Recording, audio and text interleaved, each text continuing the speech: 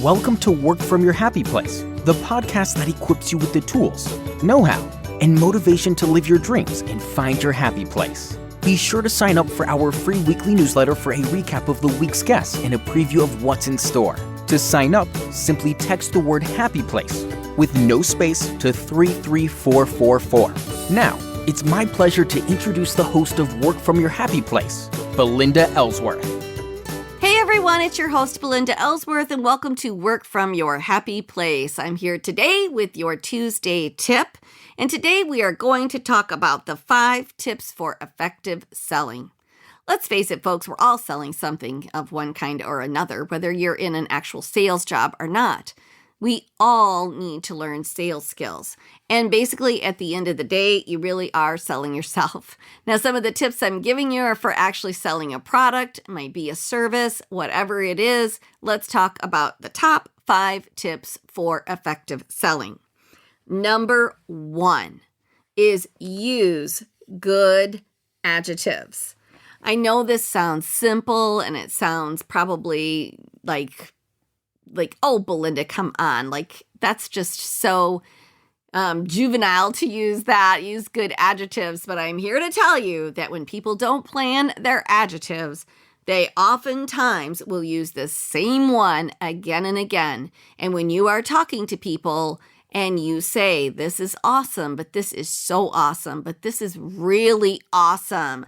This is really one of my top picks, but this is really one of my top picks. This is my favorite, but this is really my favorite. You sound ridiculous. Like, people will start to tune you out and they won't listen to a word that you say. So when you are a new salesperson, look at whatever it is that you're selling and come up with adjectives, good ones, and a variety of them that sort of describe that product or service. One of the things I highly recommend, as many of you know, is practice, practice, practice. And when you are thinking about what you're going to say to a potential customer, even if this is in writing, guys, you want to practice out loud. And you want to make sure that you are using those different adjectives. In fact, if you're doing a little sales presentation or talking about or describing the product, it's always a good idea that when I talk about this feature or benefit, then I always say it's incredible, it's a must-have, this is one of a kind, exclusive, this is stunning, depending on whatever it is that you are promoting. So it's intuitive. This will help bring out your authenticity. Like, find those really good adjectives that are going to help you describe your product or service. And don't think for 1 minute that if you've been doing this for a hot minute, that you won't fall back into that. I remember after I had been training and doing presentations and being up in front of an audience of thousands of people, I was pretty good, right? But then I had to do a video. This is when video was first coming out. And I was talking to a group over in London, and they wanted me to do a video saying that I was so excited. I was actually going over there and I was going to present in London, but they wanted me to do this video ahead of time saying how excited that I was to come. And I said, probably, I don't even know how many times, amazing and incredible. Those ended up being my 2 words. When you are nervous, or sometimes if you just do something on the fly, you will get stuck in words, and you do. And so I did the whole video, and I said to my husband, who was doing the taping, I said, how was that? He goes, other than everything being amazing and incredible, it was good. So I think you need to do it again. I was like, oh man. And then I went back and did it again, and it sounded much, much better. Otherwise, they're going to listen to that, tune me out, and think, oh, this is the lady that's coming to our conference. All she said was how amazing and incredible it was going to be. So that's just a little bit of advice. You're never at a point where you're not going to fall into this trap. Trust me. All right, number 2 is identify the pain point. People want to know what you're going to be able to do for them, or what is this product going to do for me? How's it going to help me? How's it going to make my life different? How's your course going to help me? When you can find that pain point, and that's often by asking a question. Do you ever feel this way? Have you ever found yourself struggling with this? Have you ever just wanted a way or wished that you could just do this? Well, guys, I want to tell you about this because this will really help you in this particular area. I want to give you these 5 tips that are going to really help solve this for you or bring you some peace of mind in this area. Whatever the case is, and you have to map that out. And oftentimes people move right into what this product does. They run into descriptive mode before they've actually told the customer why they might want it. And the why they would want it is going to be the thing that causes them to listen to the thing you have that might take care of it. If you just start moving into here, this does this does this is great, then people are like, yeah, but what will it do for me really? Like, why do I really need it? Whenever I train and I'm going to train a new idea for people, I always spend the first few minutes saying, here's why you would want to do this. Here's what it will do for you if you were to set goals or work on your time management skills or whatever the case. I'm just naming a couple of things. But if I don't get the buy-in from them on why they would even want to try this idea I'm giving them, then when I get to the here's how you do it, they're not even listening.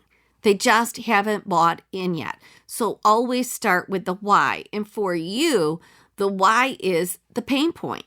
What are you going to be able to do for them with this product or service? Then number 3 is share testimonials. Testimonials are the single most powerful ingredient that prompts people to take action. I will say that again for you. Testimonials are the single most powerful ingredient that prompts people to take action. Why? Because when it's you saying it, it's not as believable. They're like, well, sure, because you're selling it. But when other people say, this was great, I love it, this completely changed this for me, I was struggling with this and then I bought this and it was completely different. This book was so helpful for me. I was struggling with this, and there were so many really great tips in here. I really learned how to blah, blah, blah. Testimonials are amazing. And if you've ever spent any time watching QVC or infomercials, they call them advertorials now, but they used to be called infomercials. And boy, I used to study those because they did a really great job of creating the why, describing the product in a way that you just felt like you couldn't live without it. And then they sprinkled this entire segment with testimonials from other consumers. And it just made for what? A pretty exciting show. And oftentimes you found yourself buying things that you never even considered buying before. So make sure that you have good testimonials. And a great way to do that, honestly, guys, this is another whole Tuesday tip, but when you do really good customer care and identify your super fans and really connect with them, they'll tell you what they love. So that's kind of a win-win. When you take care of your customers and do good customer care, you'll find that they'll say, oh, I love this. It really helped me with this. Thank you so much for creating this program, for telling me about this product, blah, blah, blah. Because then you're actually showing them you care about them. They're giving you this fantastic testimonial. And then you're like, oh, do you mind if I use that on my website? Would you mind if I used that? I used to do testimonials on the back covers of my CDs. And I would say, would you mind if I used that on the back cover of my CD jacket? And they were like, oh my gosh, no, I would be honored. Thank you. And then I'd have some really great testimonials on the back. Number 4, create a grouping or a bundle. We can call it a set. this is so important in really selling more, if you will. And that is taking several items that you have that sort of work cohesively together or programs and selling it as a bundle. When you do this, people are like, well, I could get that, that, and that, but if I buy all three, maybe it's a little bit cheaper. Maybe it isn't. Now, I find that if you really want to sell a good bundle, it needs to have a little bit of a break in the price point. That's always helpful. And I will tell you that people look at the value versus what they are spending. People are more interested in what they're saving than what they're spending. So when you do your bundles, keep that in mind and think about it. I just want to say this because I've been training this for a really, really long time. And actually, when I was asked to speak at that event for Colgate-Palmolive, I have to tell you, it was because I was a master at selling in groupings, and they identified that. I was one of the higher sales reps that they had, and they were like, oh my gosh, how are you doing this? And it was because I sold different items in sets. Sometimes I would come up with fun names for the sets. You can do this on your websites with your products. And sometimes when you have an interesting name to that bundle, it grabs people's attention.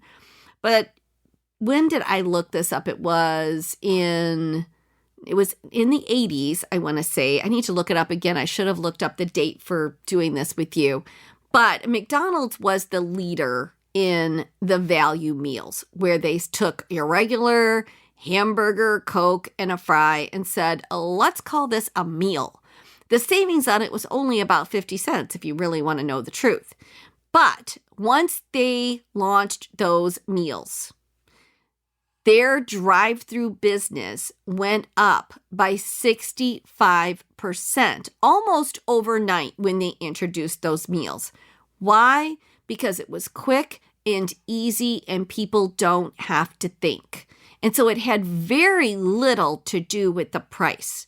So when you can put things in groupings of what people actually might need for going back to number 2, what is their pain point? How is that going to help them? And you can show them how this grouping will help. And these are the main things you're going to need. People will say, I'll just take that. You know, if you can't come up with a creative name, call them 1, 2, 3, and 4. Call them A, B, C, and D. You know, I always like to come up with fun names. But that is tip number 4 for effective selling. And tip number 5, I saved what I'm going to say is the best and most important for last. All the others are just the warm-up, if you will. And that is sell the benefit, not the feature. You know, we always sell features and benefits. I'm sure you have all heard that, features and benefits. And sometimes features are important, but they're not where the real emphasis is. The benefit is, what is it going to do for you? How is it going to help you? How will your life be different? Oftentimes people call this descriptive selling with a feature selling. So if it's a real feature, like this is what really makes this product stand out. But what most people do is they get way down into the features. And I have been guilty of this even after I've been training it and knowing it. A lot of times when you are creating a sales page and you are bulleting all of your features, there's very little benefit. And I even have to go back after my team has created a sales page and I'm like, you guys, you're just describing it. You're describing the course. You're describing what they get in the course, but you're not telling them what the course will do for them. You're not explaining to them what the outcome will be or could be for them. And then sprinkle that in with testimonials from other great customers that have said, it totally did this for me.